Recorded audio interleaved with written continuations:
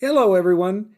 In this short video, we're simply going to learn how to graphically or physically represent what the range of optimality would look like.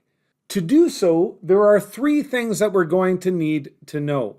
We are going to need to know where the optimal solution point is, which in the case of the example that we're working on here, which is the same example we've been working on since last unit, we know where that optimal solution point is. It's at this intersection here, the intersection point between constraint 1 and constraint 2. In knowing that, we already know the other things that we're going to need to know. We're going to need to know what are the two binding constraints. So again, knowing what the optimal solution point was ensured that we knew that anyways. But as stated, we also had to know that the acreage constraint and the pesticide constraint were our binding constraints. So with those three pieces of information, 1, where the optimal solution point was, 2, what one of the binding constraints was, and 3, what the other binding constraint was, that information alone is enough to do a physical or graphical representation of the optimal solution. And to do so is pretty straightforward. We would simply look at those two binding constraints. So just let me get rid of this. And imagining, so if I imagine I've got this binding constraint line going something like this binding constraint line going something like this, and I would simply shade in the space in between those lines. So I would shade in here, I would shade in this area, and that would be the graphical representation of what the range of optimality would look like.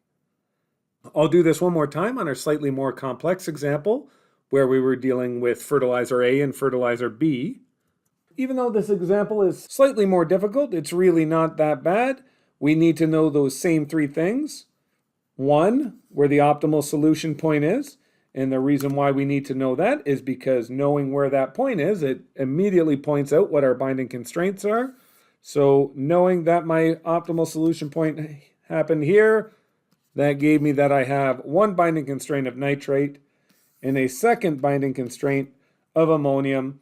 And once again, with those pieces of information, I can quickly move on and make the graphical representation for my range of optimality.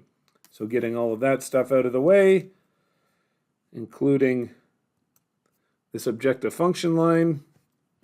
So once again, I imagine that I've got one binding constraint here, my second binding constraint here, and I would simply shade in the area between those two lines and end up with something that looks like this as the physical representation or the graphical representation for the range of optimality for this fertilizer example. So really, once I can identify the two binding constraints, I simply kind of highlight those lines and shade all of the regions in between the two of them on each side of that optimal solution point. Thank you very much, everyone. As always, please email me with any questions that you may have.